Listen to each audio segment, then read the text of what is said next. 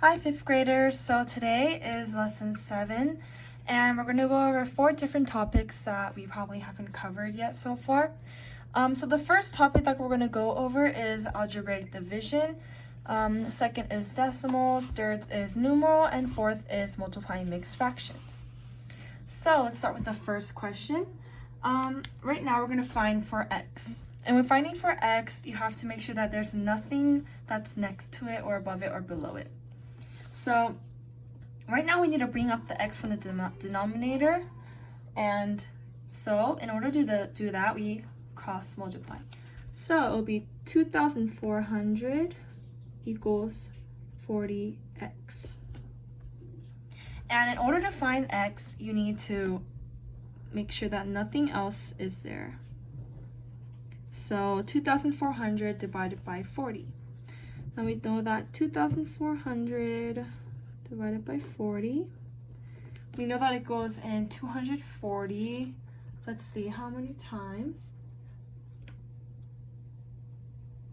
So we know that it goes into 240 one time, 2 times, 3 times, 4 times, 5 times, and 6 times, I believe. So we know that 40 times 6 is 240. So minus 240 equals 0. And then we know that 40 cannot go into 0, so it'll be 0.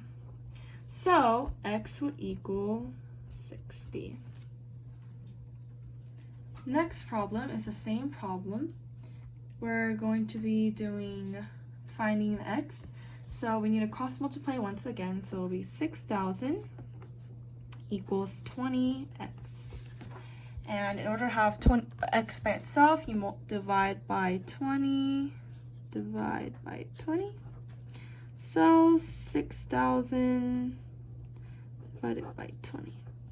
Now 20 cannot go into 6, so 20 can go into 60, 2, 4, 6, 3 times. Minus 60. And then, so this one's done, we have another 0, so it cannot go into it 0 times. And then bring this one 0 down. And another 2. So the answer to this one is x would equal 300. This one should be fairly easy if you guys just know how to divide. Next, we're going to be doing decimals, and it says put the order from least to greatest. So when you first look at this, you look at the first whole number that's in the front. And right now, there's 7, 6, and 7, and obviously from this, we know that 6 is the least. So 6 should come first as the least. Next, we know that 7 and 7 are the same, so we look at the next number. 3 and 3 are the same, so we look at the last number, 9 and 8. 8 is obviously less than 9, so 7.38 is the second least, and 7.39 is the greatest. Similar to the first question, all 3 are 5, so we must look at the second number. This one's a 6, this one's a 3, this one's a 2. Now we know that 2 is less than these numbers, so 5.2 comes first, then 3, so 5.3, then 6, so 5.6. These should be fairly easy because it's basically just seeing which number is greater than another, and yeah. Next, we're going to be doing numerals, and basically for this one, you just write out the number that's written here in the numeral form, not the written form. So let's do this one by one. 500. So I don't know how much 500 they want, so I'm just going to put a 5 for a first. 544. So when you say that to yourself, shoot.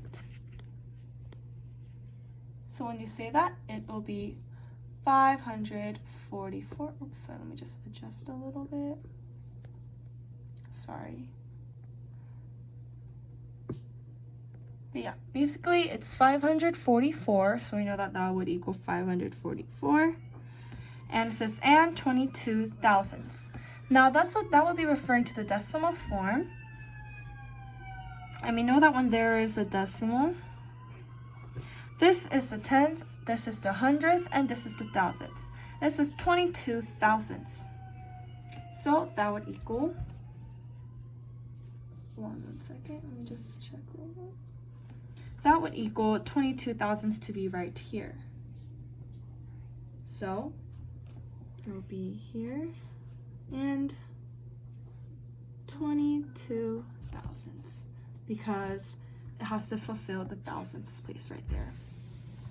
Next, let's read this, 845. Now, if you just keep repeating that, 845, that should be fairly easy. And it says, and 24 thousandths. Now, when it says 24 thousandths, once again, look at this chart. This is the 10th place, this is the 100th place, and this is the thousandths place. It says 24 thousandths, so it must be 24 to be 0 to 4, so 845 and 24 thousandths. Next will be multiplying mixed fractions, and it says to put these numbers in improper fraction. Yeah. So when there are mixed numbers, the first number is a whole number, right? But whenever there's a whole number, that means that it always has a 1 under, because that is the same thing as 6. And when multiplying, you just have to multiply straight across. So it will be 6 times 9, which if you know your multiplication table, it should be easy. It will be 54, and multiply straight across, 1, 3. Be 54 over 3. Now, if we want to simplify this, let me just see if 54 can be divisible by 3, and I think it can. So let's see. 54 divided by 3. I'm just seeing if I can simplify. So 3 can go into 5 one time, and 3 can go into 24 8 times. So the answer will be 18. The 54 over 3 is the same thing as 18. Next, for this one, we know that 4 is a whole number, therefore the 1 as a denominator is always present. Now I'll just multiply straight across. 4 times 3 is 12, and 1 times 4 is 4. Now we all know that 12 divided by 4 is 3. So these multiplying fractions should be fairly easy. I think out of all this, the hardest may be the first one, because you guys aren't used to algebraic division yet, but you guys can keep practicing this and watch these videos if you're having trouble, and I think you guys will do fine. Thank you for watching.